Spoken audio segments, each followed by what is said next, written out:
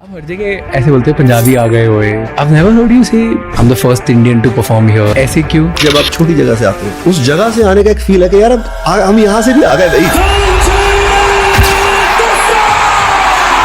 नए नए लोग ढूंढ के लाते हो, अब उनके साथ काम करते हो, ऐसा क्यों है? मैं भी नया था ना भाजी, जब मैंने स्टार्ट किया कोई बंदा नहीं था जो मुझे सपोर्ट कर पाए। तो मैं कंपनी के पास गया, उनको बोला कि मैं गाता हूँ जी। तो उन्होंने क्या करें फिर, तू गाता है तो कौन तेरा दोस्त है जो तेरे पे पैसे लगा सकता है? मैं जी कोई नहीं है। तो उन्होंने बोला कि मैं बिलीव करता हूँ कि तू सिंगर बन सकता है। तब उन्होंने मेरा साथ दिया, मैंने दिन रात काम किया। हमारे पास कोई भी शो आया मैंने कभी वापस नहीं मोड़ा। पैसा बनाना बस 2020 में आके ठहरा हुआ है कि नहीं यार पैसा बनाना जिंदगी नहीं है। Tell me 2-3 things about your life. First is love life. I love myself like crazy। पहला प्यार तो मैं ही हूँ मेरा। बचपन से ड्रीम्स देखे होंगे ना, हर इंसान सोचता है। तो पहला एक ही ड्रीम था कि मैंने मशहूर होना है, सिंगर बनना है। जहाँ भी जाता था, गुरुद्वारे, मंदिर, तो मैं यही मांगता था जाके, भगवान मैं किसी को ना जानूं, मुझे सारे जाने।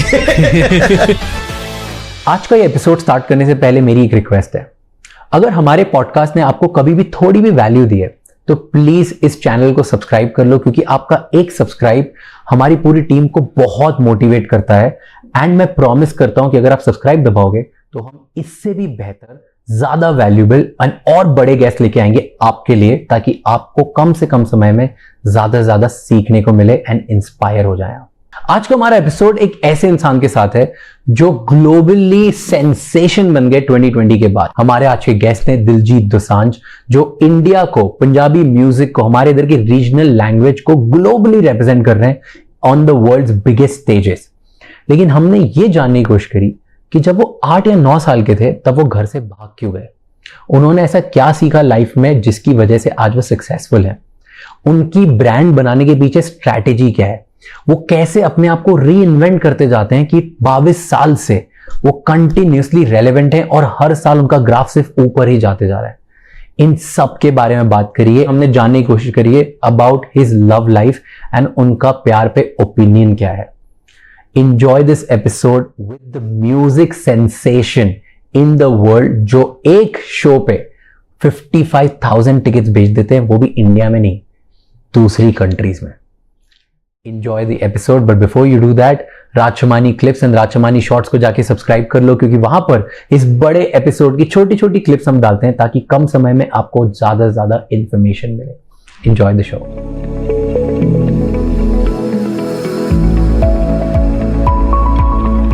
अब हर जगह ऐसे बोलते हैं पंजाबी आ गए होए, पंजाबी आ गए होए। इस मतलब I've never heard you say anything else कि मैं I'm the first Indian to perform here, हाँ जी, हाँ I'm जी। the first Indian to do बहुत that। सही क्वेश्चन पूछा। पंजाबी बोलते हो आप। हाँ बहुत सही क्वेश्चन। ऐसे क्यों? भाई एक तो जगह छोटी सी है पूरे इंडिया में, और एक मैं आता हूँ उस जगह से हूँ जो एक रीजनल म्यूजिक है जहाँ का। ऐसा नहीं है कि मैं हिंदी गाने गा रहा हूँ कि पूरे इंडिया मुझे सुन रहा है। एक बहुत छोटी सी जगह से मैं आता हूँ, पंजाब से, एक स्टेट से आता हूँ, और मेरी बोली भी माँ बोली पंजाबी रही। अभी थोड़ा हिंदी फिल्मों की वजह से मैं हिंदी बोलने लगा, और कभी मौका मिलता है तो हिंदी गा देता हूँ, लेकिन मैं हिंदी गाने खुद ब खुद नहीं बना पाता। ये नैना भी हमने गाना बनाया, वो रिया कपूर जी मेरे से गाना बनवा गए, अदरवाइज मैं गाना नहीं बना सकता। मैंने उनको बोला मैं बॉलीवुड के लिए गाना नहीं बना सकता, मैंने बनाया ही नहीं कभी हिंदी गाने, मेरे को नहीं पता कैसे बनाना है। लेकिन वो रिया कपूर जी, उन्होंने वो 1 साल मेरे पीछे लगे रहे, हर हफ्ते बाद 10 दिन बाद दिलजीत गाना नहीं आया। मैं कहा यार कैसे मना करूं इनको, और मैं खुद एल्बम बना रहा हूँ, हाँ। रोज गाने बन रहे हैं, हिंदी गाना एक नहीं बन पा रहा मेरे। तो लेकिन वो पता नहीं उन्होंने बना लिया वो गाना, जैसे तैसे करके बना लिया। तो मैं कहता हूँ एक जगह से जहाँ जो एक रीजनल म्यूजिक है, जो उतना ग्रैंड भी नहीं है था, अब तो बहुत ग्रैंड है, अब तो बहुत हाँ, ग्रैंड बहुत है। ग्रैंड कैसे? है। हाँ अब तो बहुत ग्रैंड है, लेकिन अब तो ग्लोबल है। हाँ ग्लोबल हो गया। लेकिन वो एक फील है ना, एक जगह से जब आप छोटी जगह से आते हो। ऑब्वियसली पंजाब कहाँ है, इंडिया में है। जब पंजाब की बात कर रहा हूँ तो मैं इंडिया की बात कर रहा हूँ, और इंडिया लेवल पे तो बहुत बड़े बड़े आर्टिस्ट हैं ऑलरेडी है। मैं थोड़ा सोनू निगम जितना अच्छा गा सकता हूँ, नहीं गा सकता मैं उतना अच्छा, वो तो प्लेबैक सिंगिंग करते हैं। मेरा तो एक अपना स्टाइल है गाने का, राइट। तो वो एक उस जगह से आने का एक फील है कि यार अब हम यहाँ से भी आ गए भाई। वो एक ये फील है, जैसे होता नहीं कि आप कोई बंदा बिहार से आए तो यार हम बिहार से हैं। हाँ, मैं भी ऐसे करता हूँ, इंदौर की हूँ तो इंदौर से आ गए। वो एक होती ना फील। और जब आप पंजाब में हो तब आप अपने गांव का नाम लेते हो कि यार मैं दसांजा से, मैं यहाँ से आया हूँ अपने पिंड से ना। और जब आप पिंड में बात हो रहे हो तो मैं फिर घर वालों की बात आ जाती है। तो ऐसे ही है बात। तो एक जगह रीजनल लैंग्वेज है, रीजनल म्यूजिक है, तो वो पहुंच गया वहां पे कोचेला सीधा ही इंडिया से। तो इसलिए वो एक वाइब है कि यार हम आ गए, छोटी जगह से भी बड़ी जगह पे आ गए भाई। हाँ, एक वो वाइब है। क्योंकि अभी हर जगह करते हो, स्टेज पे भी बोलते हो कि मुंबई वाले स्टेज पे भी आपने बोला था ऐसे ही। हाँ, पर है, आई लाइक इट 100% भाई। अभी ब्लड तो देखो, जो ये मिट्टी है मिट्टी तो ये पंजाब की है। तो ऑब्वियसली वो जो मिट्टी है तो वही बोलेगी फिर। और पंजाब कहाँ है? इंडिया में ही है। तो मैं वो ऐसा नहीं है कि मैंने भी देख दो कमेंट देखे इस बात के, यार आप इंडिया आ गए हो क्यों नहीं बोलते। तो पंजाब इंडिया में ही है। वो सिर्फ ऐसा है कि इंडिया बहुत बड़ा है और बहुत बड़े बड़े आर्टिस्ट हैं इंडिया में ऑलरेडी। तो हम एक छोटी सी जगह से आते हैं, तो वो एक फील है कि यार जब एक बंदा एक छोटी जगह से बड़ी दुनिया की स्टेज पे आ जाए, मतलब आप एक, मेरे फ्रेंड ने एक बात बोली थी जब मैं वहां पे गया था कोचेला, कहता तू रियलाइज नहीं कर रहा, ये रीजनल लैंग्वेज पंजाबी पहली बार बोली जा रही है वर्ल्ड स्टेज पे। तब मेरे दिमाग में ये बात बैठ गई बैक इन द माइंड, और स्टेज पे अपने आप मुंह से निकली। मैंने नहीं ऐसा सोच के बोला, तो वो एक स्टेज पे निकली अपने मुंह से अपने आप, पंजाबी आ गए हुए। तो अब तो वो टैगलाइन बन गई, अब तो हमारी मर्चेंडाइज भी अच्छी जा रही है उससे। तो फिर एक जो स्ट्रेटजी बन गई, अब कंटिन्यू ऑब्वियसली कंटिन्यू करेंगे ना, क्यों नहीं करेंगे उसको। ट्रू। आपने, क्योंकि बॉम्बे में भी ऐसे ही हुआ था कि मैं तो करके दिखाऊं, मैं तो वो वाला भी भाई, वो भी सरदार जी। सरदार बंदा कोई भी जो टर्बन बांधता है वो हीरो थोड़ी होता था पंजाब में भी नहीं था। रियली? हाँ, नहीं, सोलो फिल्म ऐसी किसी की आई नहीं जो सरदार बंदा है। बोलते कि नहीं यार, अगर आप फिल्मों में आते हैं तो ये पगड़ी आप नहीं बांध सकते। तो मैं कहा ठीक है, शायद होता होगा। तो वो भी रॉन्ग प्रूव हुआ। फिर उसके बाद कोई बॉलीवुड नहीं जाता था पंजाब से ऐसे सीधा। तो सरदार बंदा हमने फिल्में की। मैंने इम्तियाज सर ने कहीं पे बोला है कि SRK once said, Shahrukh Khan sir once said कि Diljit is the best actor in the country. पता नहीं कैसे बोल दिया ये। आपने सुना है कभी? मेरे को पर्सनली भी बोला उन्होंने ये बात। ओके। हाँ, जब मैंने उनको बोली कि, जब मेरे को उन्होंने बात बोली, मैं कहा मैं इतना अच्छा एक्टर हूं नहीं, तो आपने मेरे ले लिया है, पर आप मेरे को बोलोगे रेसल में एक्टिंग करके दिखाओ, मेरे से होगी नहीं सर। तो मैं आपकी फिल्म करना चाहता हूँ। हाँ। तो उन्होंने बोला नहीं, मेरे को तो शाहरुख सर ने ऐसा बोला है। मैं पता नहीं शाहरुख सर ने कैसे बोल दिया, मेरे को नहीं पता कैसे बोल दिया। तो पता नहीं क्या देखा होगा उन्होंने। आप मिले हो शाहरुख सर से? मैं हाँ मिला उनसे। व्हाट डू यू थिंक कि शाहरुख सर में ऐसा क्या है कि वो इतनी बड़ी ब्रांड बन गए और इतना ज्यादा उनको प्यार मिलता है? इंसान बहुत अच्छे। सबसे पहले इंसान अच्छा होना चाहिए, और आप कितना झेल सकते हो, मतलब कोई भी सिचुएशन आ जाए आप कितना झेल सकते हो, आप कितना कंट्रोल कर सकते। इस पूरी गेम में आपको उतना ही मिलता है जितना आप डिजर्व करते हो। कई बार बंदे बोलते हैं यार ये डिजर्व नहीं करता, इसको ये हो गया, पर नहीं, आप कितना झेल सकते हो। आपको उस सिचुएशन में डाला जाएगा, आप जितना झेल सकते हो उस सिचुएशन में, उस हिसाब से आपको चीजें मिलेंगी कि आप, ये बंदा इस पॉइंट पे है, अभी इस डायमेंशन में है, तो इसको ये मिलेगा। अभी इसका अलग टेस्ट है, इसका नेक्स्ट टेस्ट है, इसका नेक्स्ट टेस्ट है।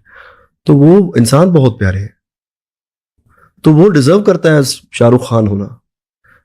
आप बाहर जाओ कभी तो आप बोलो कि मैं इंडिया से तो हूं, तो वो बोलते हैं शाहरुख खान। हाँ, राइट। बहुत बड़ी बात है, शाहरुख खान का नाम बहुत बड़ा नाम है। तो मैं ऐसे कई बार जज करता हूं अपने आप को, तो मुझे लगता है कि जितना वो मजे हुए आर्टिस्ट हैं, 100% मेहनत करते हैं, और जितने प्यारे इंसान हैं, और जितना वो झेल सकते हैं, भगवान ने उतना ही दिया है। वैसे अब शाहरुख खान के अलावा दिलजीत भी बोलते हैं। मैं कोचेला गया था this year and I literally met somebody, एक ग्रुप था, एंड वहां पे ना कहीं पे पंजाबी बीट्स चली। वहां का एक UK का कोई आर्टिस्ट थे, उन्होंने पंजाबी बीट्स बजाई, और हम लोग एकदम, मैं और मेरे फ्रेंड अपूर, हम दोनों टर्न होके उधर जा रहे थे, तो हमारे पास में तो और Diljit like it's they didn't know who was it, क्या था कैसे, तो प्रोबेबली वो लास्ट ईयर भी अटेंड किया था. सो द मोमेंट इंडिया का नाम आया कैसे हुआ, तो you are also making that mark now. So it's भगवान का शुक्र. It's a brilliant thing. You know मैं देख रहा था आपका, आई थिंक कहीं पे पॉडकास्ट था या इंटरव्यू था जहाँ पे आपने बताया कि 11 साल में आप घर से चले गए थे आप कहीं बाहर. क्या स्टोरी थी, can you tell me that? नहीं, मैं नहीं छोड़ के गया, मेरे घर वालों ने. उससे पहले मैंने एक बार भागने की कोशिश की थी घर से. हाँ. कितने साल के थे? कुछ 7-8 साल का. क्यों भागने की कोशिश करी? स्कूल में एक लड़की थी, उसकी वजह से भागने की कोशिश नहीं की थी. स्कूल में एक लड़की थी, तो हमारे जो स्कूल के बड़े लड़के थे तो वो ऐसे सबसे पूछे थे, तेरे को कौन सी लड़की पसंद है, तेरे को कौन सी लड़की पसंद है, ऐसे ही. तो मैंने बोला मेरे को ये लड़की पसंद है. तो उसने बोला हाँ ठीक, तो उसको बोल तेरी शादी फिर उससे होगी. मैं ठीक है, डन हो गया. तो मैंने उसको ऐसे बोल दिया लड़की को जाके कि तुम्हारी मेरी शादी होगी. तो उसने मैडम को बता दिया. तो मैडम बोली कल बेटा अपने मम्मी डैडी को लेके आ. तो मेरे को लगा अब दुनिया खत्म, अब तू गया. मतलब इस उम्र में 8 साल की, मतलब 8-9 साल की उम्र में, हाँ तू गया, अब लाइफ यहाँ पे खत्म हो गई बेटा. तो मैंने फ्रिज खोली, 2 केले निकाले फ्रिज से, फ्रूट निकाला फ्रिज से, साइकिल ली और चला गया. तो पहली बार गांव की मैंने, मतलब जहाँ पे हमारा बिल्कुल एंड हो जाता है उसके आगे थोड़ी दूर में 5 मिनट में दूर गया. और जो खेत होते हैं वो आगे तक होते हैं. तो किसी एक ने, हमारे ऐसे गांव के किसी बंदे ने, ओए कितने दूर भरता तू? मैं कह नहीं मैं वही दिन, चल साला मुड़ जा तेन, चल साला मुड़ कर लो. उसको लगा पता नहीं कहाँ जा रहा है. हाँ. तो पहले, अभी तो मतलब शायद पेरेंट्स या ऐसे कुछ ज्यादा शायद कोई और बंदा डांटता, तो अब पहले ऐसे होता था कि गांव के सारे अपने ही होते थे. तो अभी तो शायद शहर में तो हाँ. तू मेरे को क्यों डांटा, तू मेरे को क्यों डांटा. तो गांव में तो थप्पड़ वप्पड़ भी मतलब कोई भी मार सकता है किसी को, ऐसे नहीं है कि यार इसने मेरे को क्यों मारा, ये मारा. तो उसने मेरे को बोला चल भाई मोड़ पे चलूं. तो उसको पता नहीं क्या आया होगा उसके दिमाग में, तो मैं वापस मुड़ गया घर. तो वो एक मेरे को याद है, मैंने भागने की कोशिश की थी. फिर हुआ क्या घर वालों को जब पता चला? नहीं फिर मैं अगले दिन मैं क्या, मेरा पेट दुख रहा है, अच्छा मैं स्कूल ले जाऊंगा, क्योंकि पेट का तो कोई चक्कर है नहीं. हाँ. पेट तो मतलब आप चेक नहीं करवा सकते या तो लंबा प्रोसेस है. तो मैं 1-2 दिन स्कूल ले गया. फिर मैडम को भी लगा कि यार चल छोड़ इस बच्चे की गलती हो गई. तो फिर बात रफा दफा हो गई, तो रफा दफा. ओके, लेट्स बी थोड़ा स्पेसिफिक बात करते हैं. जैसे हमारा गोट के टाइम पे करण औजला ने लिखा, राइट? तो ये कैसे डिसाइड किया कि करण औजला लिखेगा? नहीं, ऐसा कुछ डिसाइड नहीं किया. तो करण के मैसेज मेरे पास थे पहले तो, लेकिन मैं फिल्मों में ज्यादा फोकस था कि मुझे बॉलीवुड में हिट होना है. हाँ. ये मेरा एम था. कुछ 2014 जब फिल्में हिट होनी शुरू हुई तो उसका नेक्स्ट स्टेप क्या है, बॉलीवुड. ट्रू. तो मेरा ऐसा था कि अभी मुझे बॉलीवुड में हिट होना है. तो 2013-14 के 15 के आसपास मेरे को सारा मेरा फोकस बॉलीवुड पे था. तो म्यूजिक में थोड़ा फोकस मेरा कम हो गया. लेकिन मुझे ऐसा एक्टर नहीं बनना था जो एक्टर बन गया और उसके गाने नहीं चल रहे. तो मैं हर साल 1-आधा गाना निकालता था, 1 या 2 कभी, या कभी कुछ बहुत सारे गाने फिल्म के लिए बनाए, वो बन गए और वो फिल्म में कहीं सिचुएशन में फिट नहीं हुए, चलो इसको एल्बम बना के डाल दो. मतलब कि कुछ ना कुछ आता रहे. लेकिन फोकस नहीं था मैं.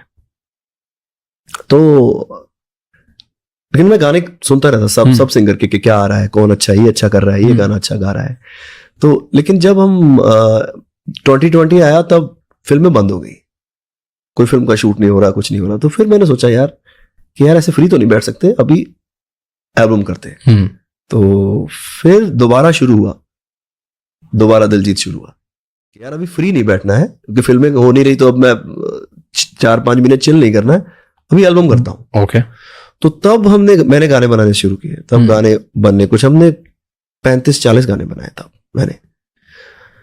तो कोई इधर से कर रहे हैं, कोई ये कर रहे हैं, कोई ये कर रहे हैं गाने. लेकिन और उसके बाद एक सिंगर है जी सिद्धू भाजी, वो यूएसए से है. उन्होंने मेरे लिए एक इंट्रो लिखी, एल्बम में है वो, गोट में. ओके. जो उन्होंने इंट्रो लिखी वैसा कोई गाना नहीं था एल्बम में. मैंने गाने बहुत स्वीट मीठे किन्नी वाइब और ये नैना वाइब, ऐसे गाने बना रखे थे. कोई भी गाना ऐसा नहीं था जो इंट्रो मैच, जो अग्रेशन जिसमें हो. जैसे उन्होंने इंट्रो लिखी, मेरे को इंट्रो बहुत पसंद आई. मैंने वो इंट्रो जैसे लगाई, उसके बाद मैंने देखा, मैं कहा यार इस इंट्रो के बाद कौन सा गाना तेरा है जो इस इंट्रो से मैच कर रहा है? कोई भी नहीं था, कोई ऐसा गाना नहीं था। ओके। तो एक प्रोड्यूसर है जी फंक, उन्होंने मुझे 2017 में एक बीट भेजी थी, 17-18 में, ये जो गोट की बीट है। ओके। वो बीट मुझे बहुत पसंद थी। मैं यार ये बीट किसी को देना नहीं, इस पे मैं गाना करूंगा 101%। फिर मैंने वो बीट लगाई उस इंट्रो के बाद, यार ये बिल्कुल फिट हो रही है, ये सही है, बिल्कुल वाइफ है। मैंने उसको बोला, मैं कहा यार वो तूने बीट तो नहीं दी किसी को? कई बार दे देता है किसी को। कहते नहीं भाई, वो मैंने करण को भेजी थी वो बीट। ओके। तो मेरा बाप रे, ये तो गई फिर बीट, है ना। तो फिर नहीं, लेकिन बात हुई तो करण ने लिख के भेज दिया वो एक पहला वर्स। तो मैं यार ये जो इन्होंने अभी लिखा है यही सब इंट्रो बोल रही है। तो लेकिन करण को नहीं पता था कि इंट्रो ये बोल रही है। तो वो वही सब बातें बोल रही थी जो गाने में थी। okay. वो किसी और ने बनाई, ये किसी और ने बनाई, लेकिन वाइब मैच हो गई। फिर मैंने बाजी को बोला, मैं कहा बाजी आप इसको पूरा कर दो, ये गाना फिट है मामला। हाँ जी। तो ऐसे आउट ऑफ फ्लूक हुआ? हाँ जी। फ्लूक क्या होता है? तुक्के में? तुक्का नहीं, तुक्का नहीं कह सकते इसको वाइब मैच कर, वाइब मैच हो गई। हाँ, तुक्का नहीं, तुक्का तो एक बार लगता है, 2 बार लगता है, बार बार तुक्के नहीं लगते। पर बार बार वाइब मैच हो जाती है, ये भी तो बार बार वाइब मैच हो सकती है 100%। तुक्के नहीं लग सकते। तुक्का तो लगता ही 1-2 बार होता है कि यार आपने ऐसा निशाना लगाया और तुक्के में लग गया। लेकिन अगर बार बार निशाना लग रहा है तो ऑब्वियसली आपका कंसंट्रेशन है, तभी लग रहा है। कोई स्किल है जो चल रही है। 100%। There has to be something. 100%। And वैसे how are you as a kid? मतलब जब आप छोटे थे तब कैसे थे? ऑलवेज कि बड़ा सोचना है, बहुत बड़ा बनना है, डेडिकेटेड, कमिटेड, ऐसे कि मिस्चीवियस से बच्चे थे जो होगा देखा जाएगा? नहीं, ऐसा नहीं था। वो मेरे मम्मी के दिमाग में वो बात थी कि यार बेटा तुम्हें काम करना है, हमें एक अच्छी लाइफ होनी चाहिए। घर में कुछ ठीक ठाक से हालात थे, तो उनके दिमाग में था कि बच्चे रह ना जाएं कहीं यहीं पे, मतलब ऐसे ही। हाँ, तो उनके दिमाग में थी ये बात। तो वो मुझे हमेशा बोलते थे, बेटा हमारा कोई बिजनेस नहीं है साइड, तेरे डैड सिर्फ सरकारी जॉब करते हैं, तो क्या करेगा लाइफ में, तुम्हें पढ़ाई करो बेटा, ध्यान दो, काम करना है, जरूरी है, ये बातें बोलते थे। तो वो मेरे दिमाग में बचपन में बैठ गई पैसे को लेके, कि पैसा बहुत जरूरी चीज है। ये मेरे दिमाग बचपन से बैठ गई बात, पैसा बहुत जरूरी है, पैसे के बिना लाइफ नहीं है, पैसा पैसा, ये मेरे दिमाग में बैठ गया। तो मेरे को लगा कि यार यही है जिंदगी, पैसे बनाने ही जिंदगी है। मेरे को ऐसा लगा, जो कि ये 2020 तक मैं इसके पीछे भागता रहा, पैसे के पीछे। मैंने दिन रात काम किया है। हमारे पास कोई भी शो आया, मैंने कभी वापस नहीं मोड़ा। शादी का, अभी तो मेरे को बहुत टाइम होगा शादियों के शो किए, अभी की थी एक पीछे एक वेडिंग, तो दिन रात काम किया है हमने। अब सेम डे हमने अमृतसर भी शो लगाया है और हमने करनाल भी शो लगाया है रात का। दिन में करके भागते, नहीं देखते थे कहाँ जाना, सुबह रात दिन कुछ नहीं देखा, बहुत काम किया।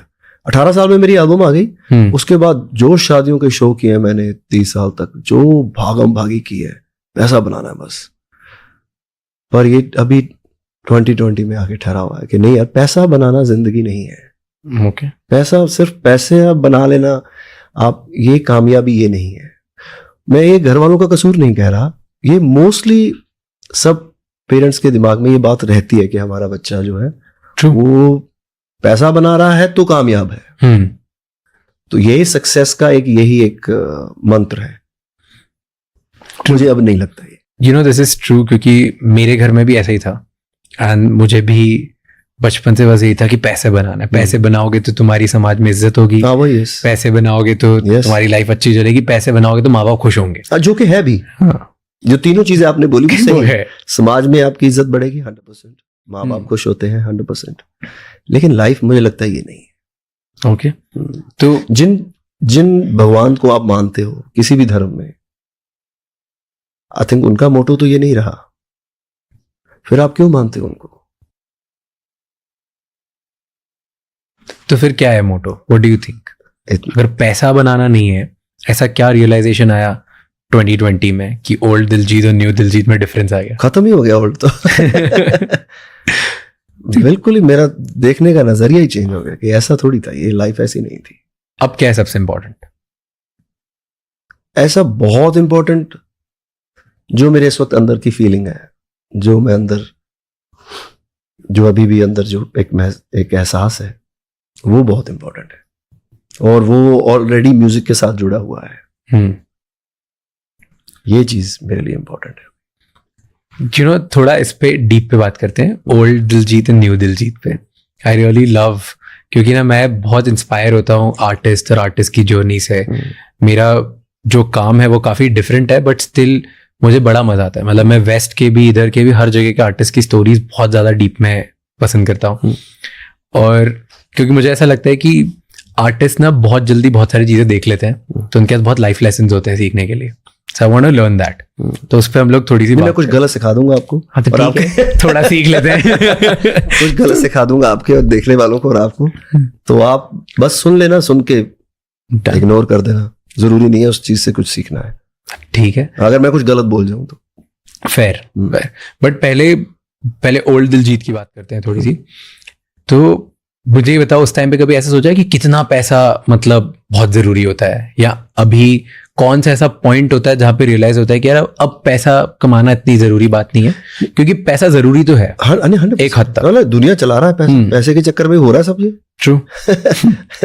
तो ऐसा नहीं था मेरे दिमाग में कि मुझे इतने पैसे बनाने हैं। ऐसे मुझे बहुत सारे मैं बंदों को जानता हूं जिनको है, उनका गोल है इतने पैसे बनाना। मेरा गोल नहीं था। मुझे लगता है कि मेरे दिमाग में जो वो चीज ज्यादा आई, वो मेरे घर वालों की तरफ से आई कि बहुत ज्यादा जरूरी है। मेरे को ऐसा नहीं था, मेरे को साथ था कि मैं बस सिक्योर हो जाऊं।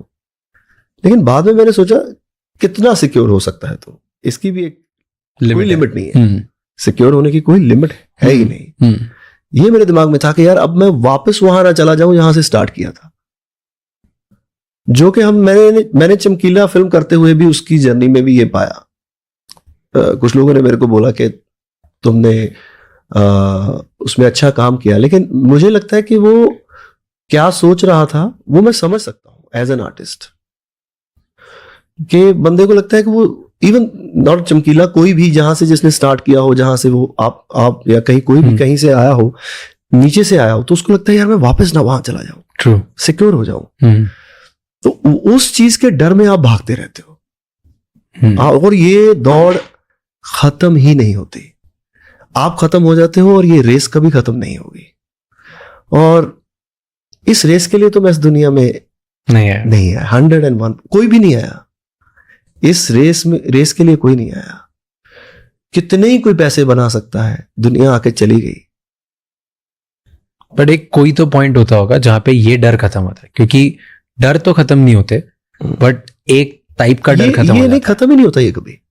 आज भी लगता है नहीं, मेरा तो खत्म हो गया 2020 में। मेरा कोई लेन देन नहीं इस चीज से। मेरे को लगता है कि ये अगर इस दौड़ में आप पड़ गए ना कि मुझे सिक्योर रहना है, मैं वापस वहां ना चला जाऊं, फिर आपको दिखने लगता है आसपास के बंदे, अब चलो मैं इतना ना हो जाऊं, या मैं उतना हो जाऊं, वो जो उतना अमीर है इतना ना हो जाऊं, नहीं ये नहीं, अब मेरी लग्जरी ये है, अब मैं ये चाहता हूं, तो मैं ऐसा ही रहूं हमेशा।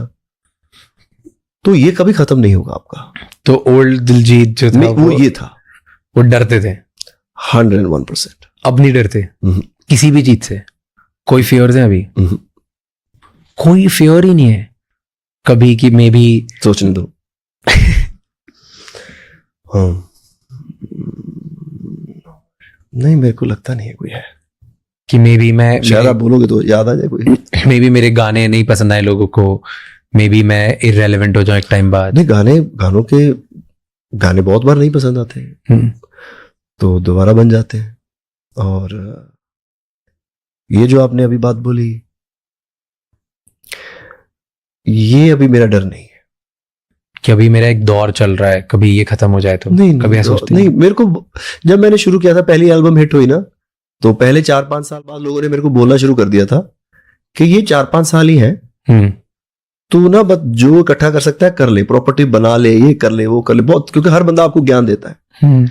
तो ये तो तब बोलते थे मुझे लोग, जब मैं पहले 4-5 साल मैंने काम किया, कि अभी इतना ही टाइम आर्टिस्टों के पास होता है, 5 साल 6 साल 10 साल, ज्यादा से ज्यादा बेटा तू इकट्ठे कर ले। और मुझे हमेशा लगता था कि यार ये क्या बोल रहे हैं, मतलब कैसा, और बोल भी क्यों रहे हैं। मेरे दिमाग में ये डर तो कभी नहीं आया कि ये 5 साल ही है, ये 10 साल ही है, ये 15, अब मेरे को 22-23 साल हो गए, तो ये डर मेरे को कभी नहीं आया कि ये इतना ही टाइम है। टाइम बहुत है, कुछ ना कुछ होता ही रहेगा। ये नहीं कुछ और तरीके से, फिर कुछ और तरीके से, कुछ और तरीके से, और अभी तो मेरे को ये खत्म ही हो गई है बात। ओके, टेल मी कि बहुत सारे आर्टिस्ट होते हैं, म्यूजिशियंस होते हैं जो एक्चुअली 4-5 साल 7 साल बाद उनका मतलब फिर उस तरीके का माहौल नहीं बनता, या उस तरीके के हिट्स नहीं मिलते उन्हें, या उस तरीके के फेम, इनकम, सक्सेस नहीं मिलती जैसे उनको 5-7 साल में जो देख लेते हैं। उसके बाद एक टाइम आता है फिर चला जाता है। व्हाट डू यू थिंक वो क्या गलत करते हैं? क्योंकि अगर आप कुछ तो होगा सही जिसकी वजह से आप 22 ईयर्स तक आप रेलेवेंट हो, एंड नाउ तो your like every year your graph is just going up. मुझे लगता है भूख ही हो सकती है उस चीज। तब लगता है 5-7 साल बाद लोगों की भूख खत्म हो जाती है, इसलिए आई डोंट नो कहाँ गलती हो रही होगी। मैं भी बहुत गलतियां कर रहा हूँ जो शायद मुझे नहीं दिख रही, आपको दिख रही, मतलब जो देखने वाले को दिख सकती है। कई बार अपनी गलतियां खुद को नहीं दिखती बंदे को, पर मुझे लगता है भूख ही है। अगर आप किसी चीज में आपकी भूख है अभी भी, तब तक तो वो नहीं खत्म हो सकती। मेरे को लगता है आपकी भूख खत्म हो गई है तो फिर कोई कुछ नहीं कर सकता। ओके, आपको किस चीज की भूख है अभी? What are you hungry for right now? और क्या चाहिए अब? मुझे ऐसा तो कुछ नहीं चाहिए मुझे, मतलब कि जिस चीज की बहुत भूख है। तो मेरी अपनी जर्नी है जिस पे मैं चल रहा हूं, उसको मैं बस वॉच कर रहा हूं, देख रहा हूं कि ये कहाँ जा रही है और ये मुझे कहाँ लेके जा रही है, किस तरफ लेके जा रही है, और इसका क्या कंक्लूजन निकलने वाला है। सिर्फ पैसा बनाने के लिए, खाने पीने सोने और उसके बाद मर जाने के लिए तो नहीं हो सकता ये लाइफ मेरे लिए। पर आपके बढ़िया इंस्टाग्राम से तो यही लगता है कि खाओ पियो मस्ती करो। नहीं, वो मेरा वो एक आप उसको कह लो कि आप I'm in a show business, right? तो फिर वो शो तो करना ही पड़ेगा। आप शो बिजनेस में नहीं हो तो फिर तो मैं किसी को पता भी ना चले मैं कहाँ फिर रहा हूँ, इधर जा रहा हूँ। पर अगर आप शो बिजनेस में हो तो वो उस चीज का, उसके चीज के लिए जरूरी है, तो ऑब्वियसली आपको करना ही पड़ेगा। अब आप जंग के मैदान में चले गए और आप बोलो कि नहीं यार I am okay, it's okay, तू मार ले भाई। ऐसे नहीं हो सकता। ट्रू है ना? You know, upon old Diljit की बात करते हैं। मैं एक नोटिस कर रहा था पैटर्न, बहुत सारे नॉर्थ बेस्ड जो आर्टिस्ट हैं, सिंगर्स हैं, रैपर्स हैं, ये लोग जब स्टार्ट करते हैं मोस्टली ज्यादा गाने बनते हैं स्ट्रीट पे, वायलेंस पे, ब्रॉल पे, अल्कोहल पे, रिवेंज पे। एक ब्रैशनेस होती है कि आ जाओ, मतलब मैं ही हूं। इससे सब लोग अपना करियर स्टार्ट करते हैं, ऐसे बनाते हैं। ऐसे क्यों है? मुझे लगता है ये इमोशंस होता है।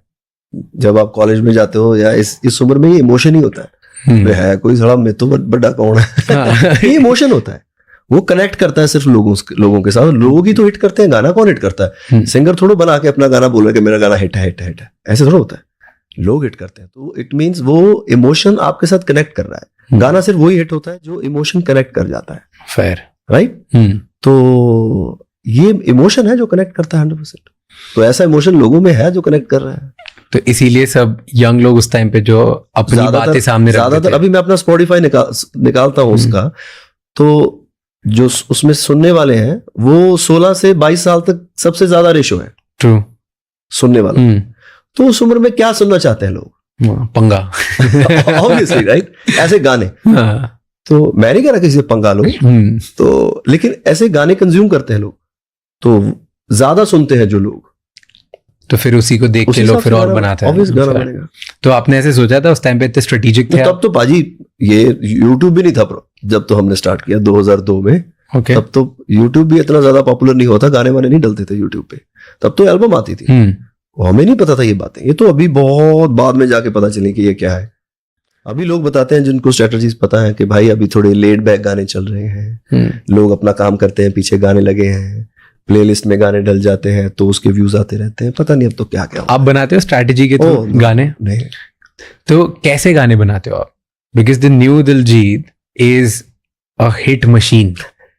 उसको आप ऐसे अलग मत समझो, उसको आप पुराने के साथ मैच ही रखो। वो काम में तो उतना ही हार्ड वर्क है। ओके, चल रहा है। तो बट जैसे अगर आप देखो तो आप एज अ सिंगर, राइट, आप राइटर्स बहुत अच्छे ढूंढ के लाते हो, आप प्रोड्यूसर्स अच्छे लेके आते हो, ओवरऑल एक पूरी टीम बनाते हो, और लेकिन हर बार आप चूज करते रहो, गाना हिट होता है बैक टू बैक कुछ ना कुछ बहुत बड़े बन।